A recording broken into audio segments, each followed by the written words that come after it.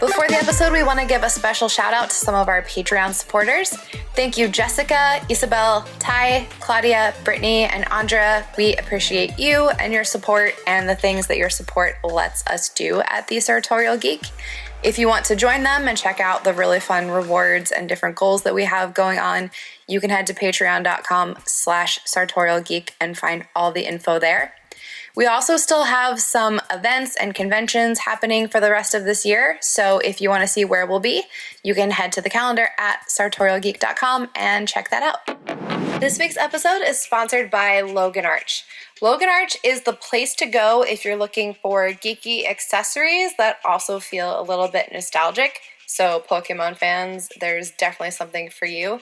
They have pins, apparel, bags, stickers, office goods, basically everything you could want, and it's all well-designed and nerdy and reminds you of your childhood faves, which is something I absolutely love.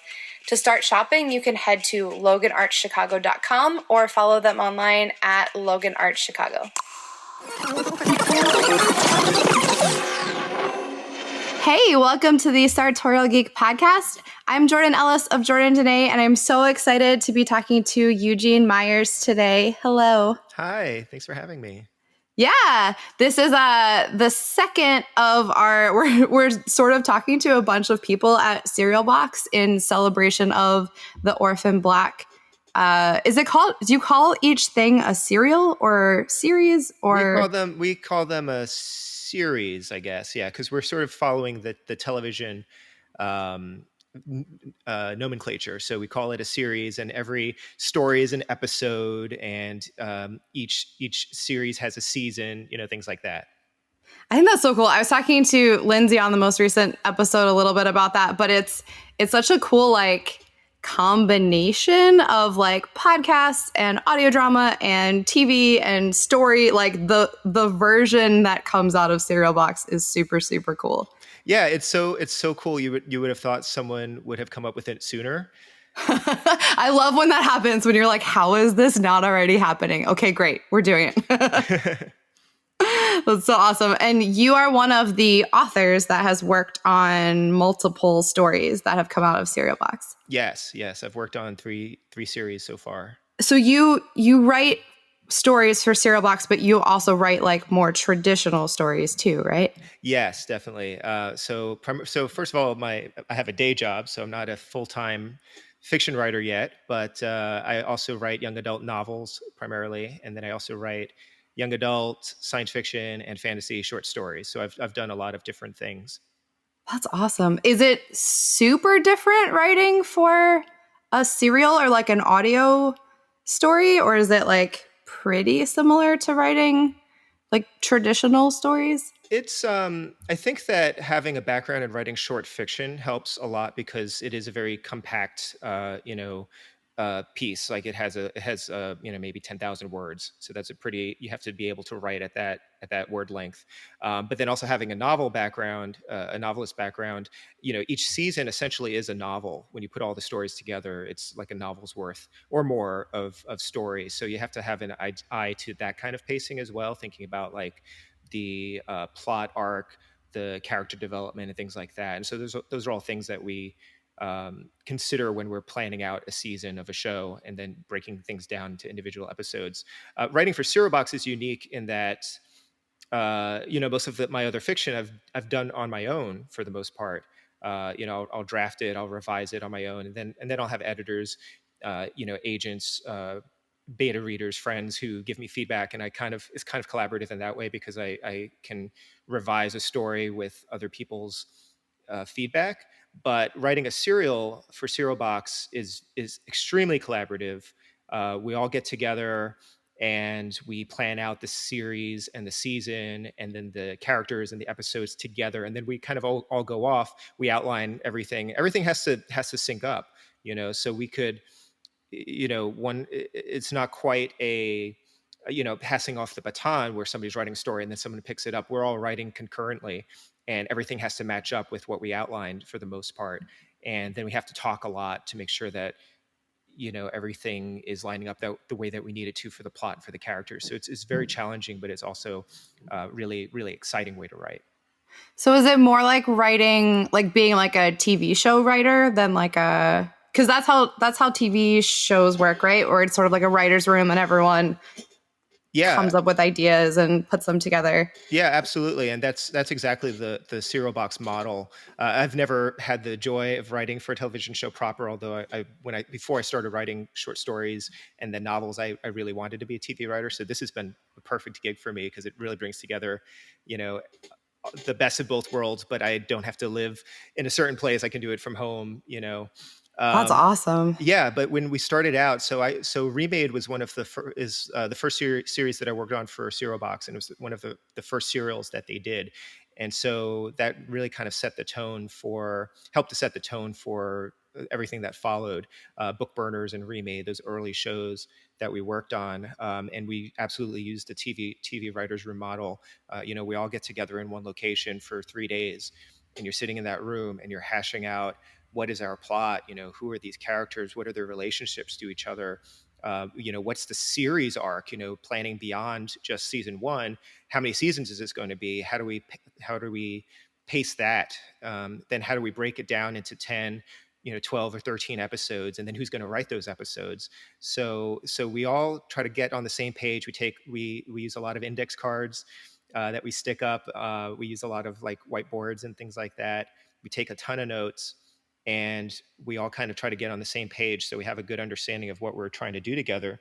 And then we go off when we write our outlines individually, and we share those outlines, over Skype, and then we kind of nail those down, and then we go off and write our first drafts, and then we talk again. So at every stage of the process, we're reading each other's work and then coming together again to talk about it and making adjustments so that they all feel like a cohesive thing.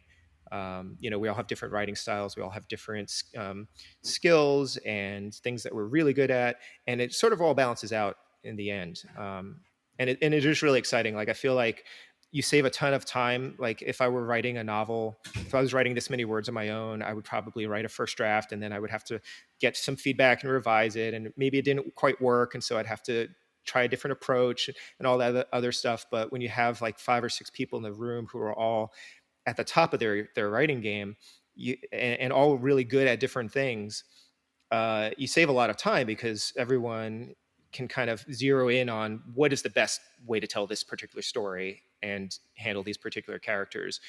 So we kind of run through every iteration of how the story could go until we come up with the one that really feels right.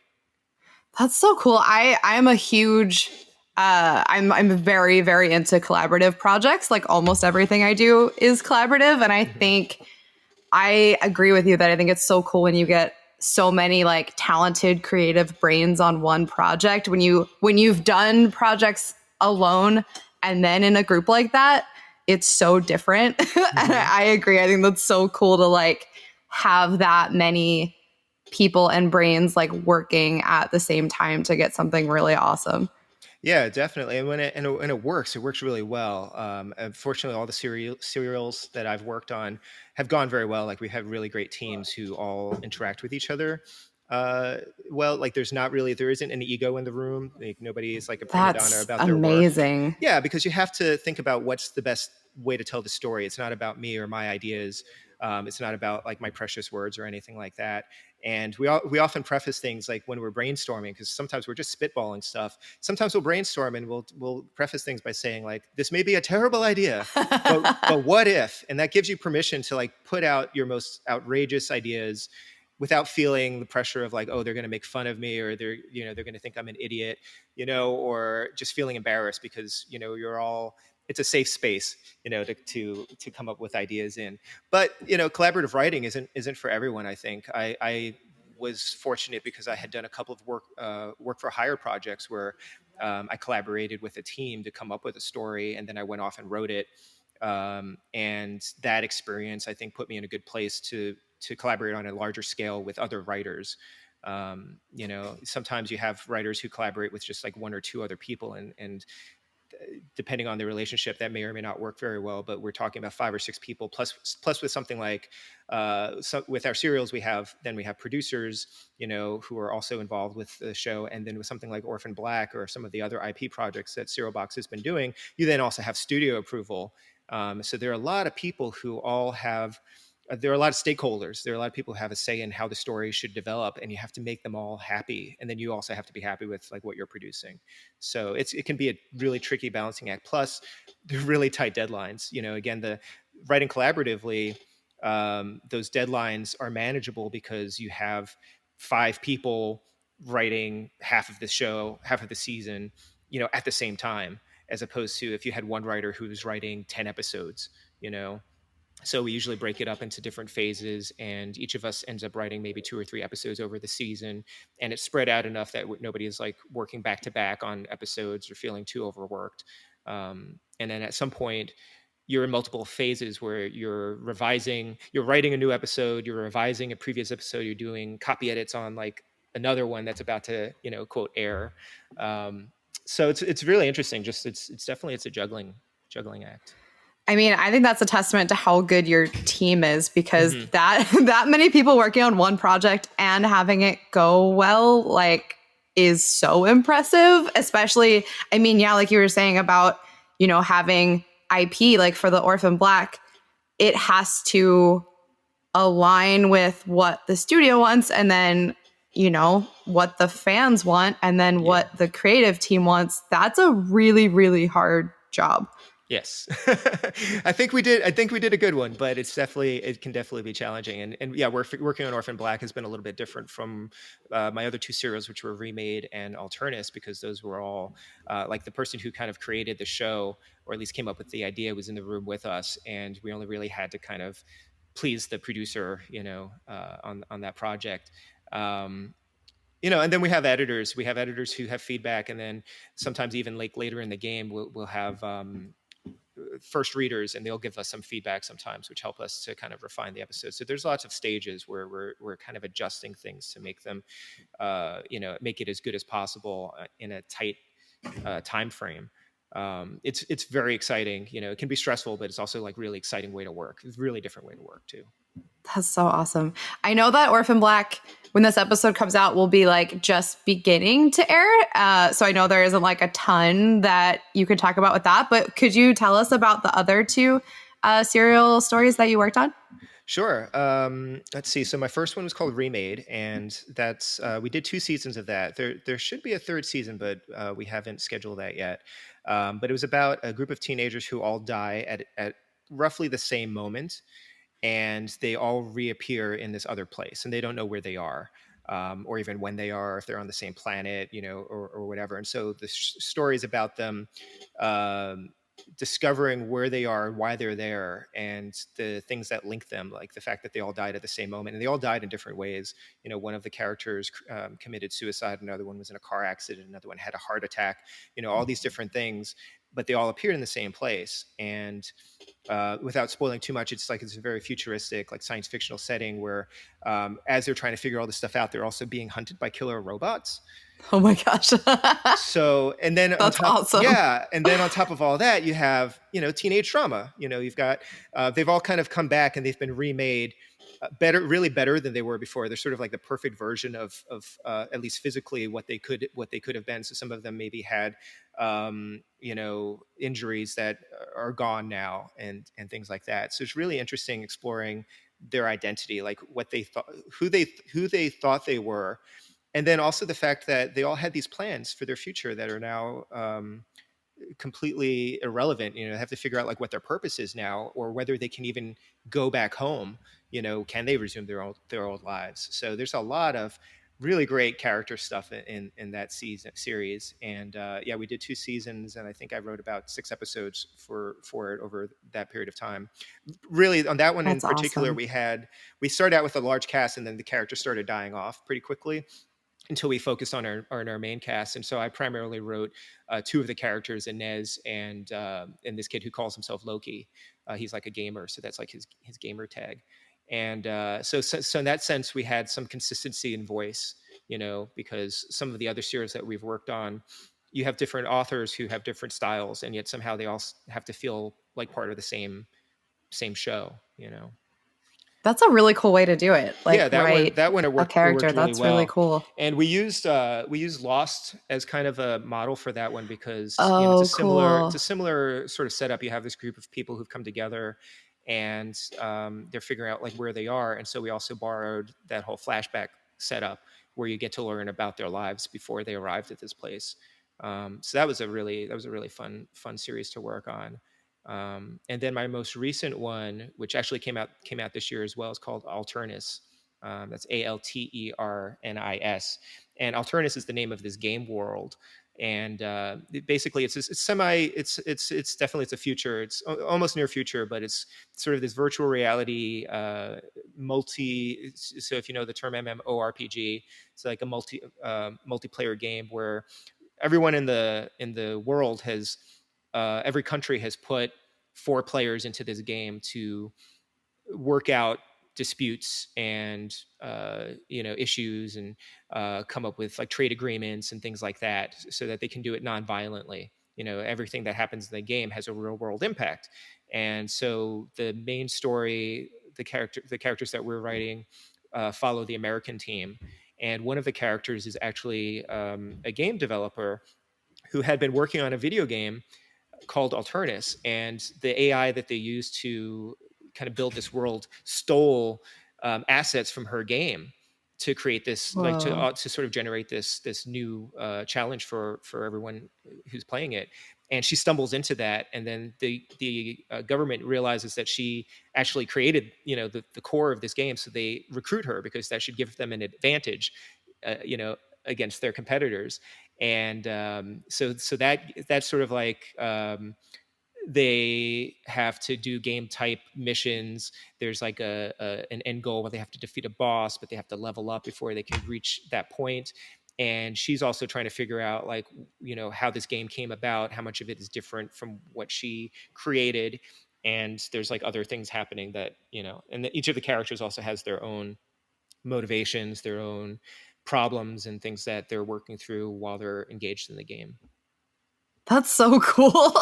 Yeah, I love really hearing fun. about like all the I feel like there are so many cool stories happening right now that are like a bunch of different genres that we love sort of combined in an interesting way. And that sounds exactly like that, which is awesome. Yeah, and for me, it's perfect because I'm also a gamer. Like I mostly play old school like retro games, but I also play some modern games. And so when this project came along, I knew I had to be a part of it because it's bringing together writing and gaming and science fiction and Serial Box. And I've loved working on series with Serial Box. So it was one of those things where it's like I have to do this.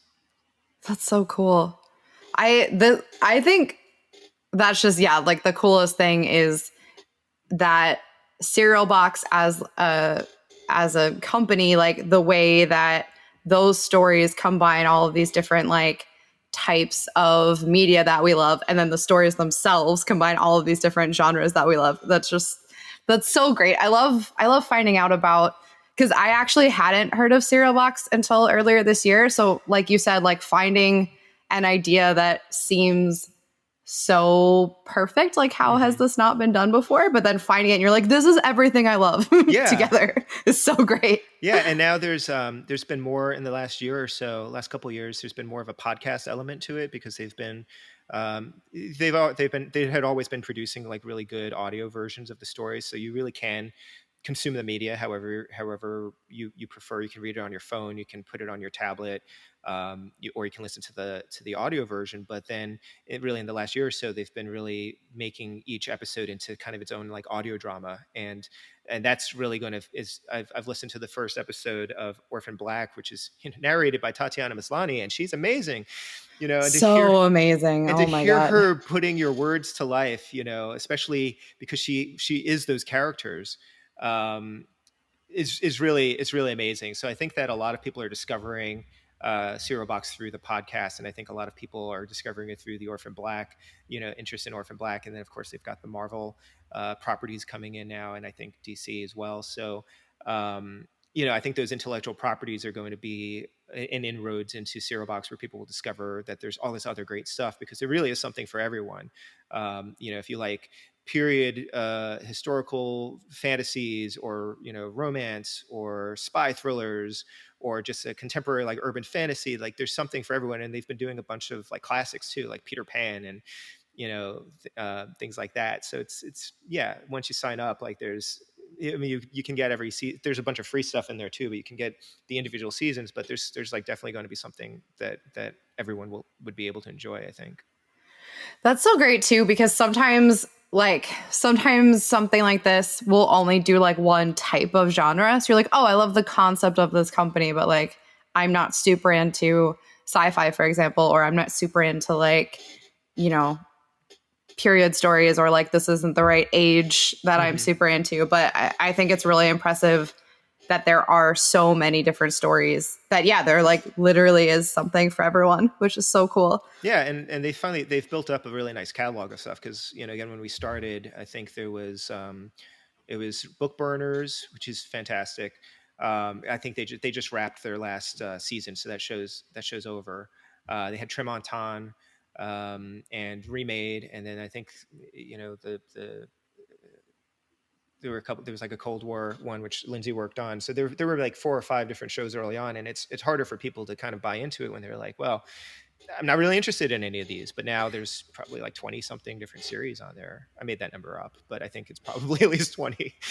I mean, yeah, we've even just the ones we've mentioned so far is a lot, which is awesome. And it's so cool too. Like, I know that the Marvel and DC stories are coming, but I think that's such a cool way to, I always think it's really amazing when companies pay attention to fans and because fans are so important. Like fans are the supporters and like the reason that companies can exist. So when people pay attention to that, I think that's amazing. So like giving fans more of something that they love, that like Orphan Black, for example, the show's over. Yeah. So like there is no more content, except now there is. And that's so cool.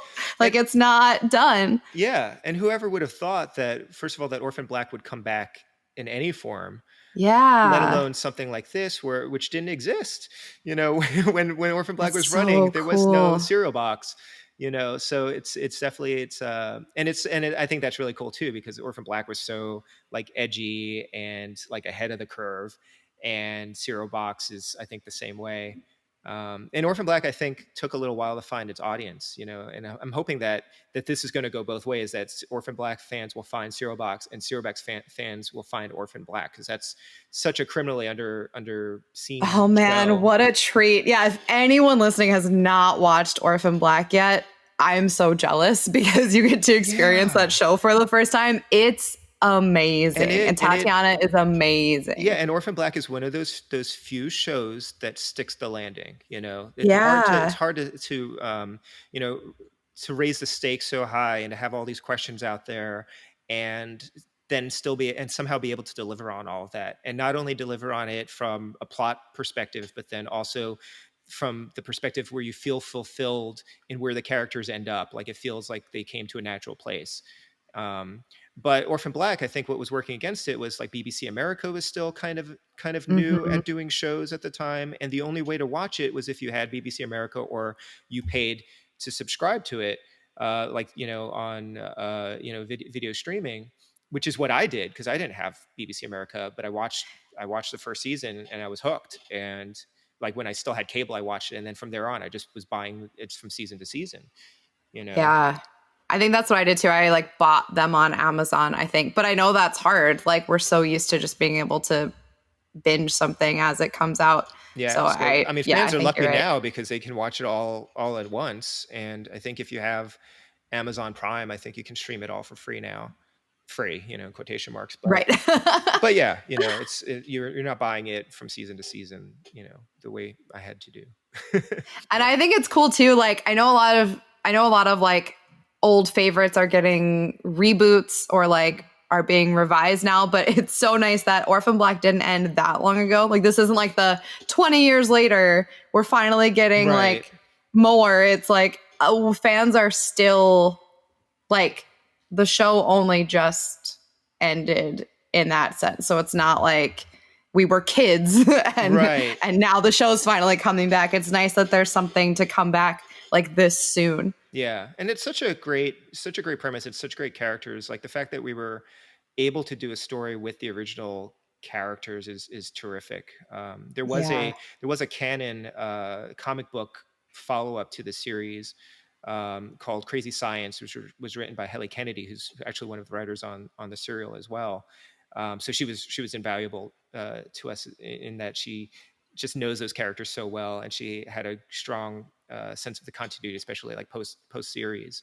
And she also kind of knew, like, had a good sense of what the studio would want, you know, as well. So she had insights that helped us out. So they've kept the intellectual property alive, and they are very particular about, you know, preserving its integrity, you know, so they're not just selling it out to like anyone who's going to just slap, you know, Orphan Black onto it. So the fact that they have let this happen and have worked with us and have signed off, you know, on it is so great, because we have like their seal of approval with the show, and hopefully the fans are going to love it as much as we've enjoyed writing it. Yeah, and I mean, talking again about like paying attention to fans and appreciating fans, I think that is hugely important, because I think sometimes companies don't realize that, like, fans don't just want more of the name. They want they want more, but they want the story that they fell in love with. So just getting like, you know, just getting a continuation of an Orphan Black story with like the same names, but no one paying attention to the details and like the story and the characters is not what fans want. So I think that's awesome to know that people who loved that, like, they're in good hands with this, and it's not just like slapping a trademark on something. It's like really, really paying attention to what made that story great, and keeping all of those things going is so cool. Yeah, definitely. And I'm really excited because since Tatiana's like narrating it, like I can enjoy the episodes too. Like, even though I read them and helped write them and wrote some of them myself, you know, I can listen to an episode that I wrote and it'll be an entirely different experience because it's acted, you know. And she was that show. I mean, the writing was incredible, and she made that what I it mean, was, you know, which is so great I've seen that some she can do fans this. who are sort of wishing like, oh, well, we should have, you know, all the voice, you know, have a full blown like audio drama version of this with you bring all the actors back. Like, you know, I'd love to see Felix, you know, I'd love to see Donnie. And yeah, I'm totally with them on that, but you know, that's not quite within the scope of what we're doing. But yeah, she definitely was, you know, really the core of that, and the fact that we were able to get her involved with this is such a huge win. Like, we're so happy that she's part of it. Yeah, that's incredible. I remember when I first heard that this was coming back, I was like, okay. And then the next sentence was, and Tatiana's a part of it. I was like, okay, then great. Yeah, that's all you want. That's awesome. Yeah, and I don't think she would be. You know, she read the series as well. You know, when she was considering it, and I don't think she would be part of it if she didn't believe in it either. So yeah, absolutely. That in and of itself is like a testament to how cool this project is. But I'm so excited. Yeah, Orphan Black's always felt really connected to the fans. Like, they have the Clone Club, right? Like the fans kept the show alive, right? So I feel like I think that part of their protection of the IP is also like wanting to make sure that the fans are going to get what they want, you know, because we don't want to disappoint them. That's so awesome. I can't say this enough. I love seeing people and companies pay attention to fans and appreciate them and like give them the things that made them fans in the first place. Mm-hmm. And I am so happy that this is happening. I'm so happy for all the Orphan Black fans. Like, this, what a gift. Like, this doesn't happen often, and this is very, very cool. So it's so great. So we are like linking to all the places where people can join Cereal Box and find out more about it and follow it. Do you have like personal social medias that you want to share? More than I should have. I always say I'm all over the internet. So I have a website, ecmyers.net, ecmyers.net. And I'm also on Twitter as ecmyers, and I'm on Instagram, you know, for whatever that's worth. But those are the main places. So people can usually find me on Twitter. I'm pretty active over there. Awesome. Thank you so much for like giving us a little bit of a deep dive into like the behind the scenes of writing and the stories that are out and coming out. This has been so cool. Thank you. I as you can tell, I love talking about writing, and I could go on for hours. So this has been fun. No, that's awesome. A lot of listeners are either writing now or like aspiring to be writing more full time. So it's very cool to hear someone who's doing it. It's awesome. Awesome. Thank you so much. And thank you all for listening, and have a really great week.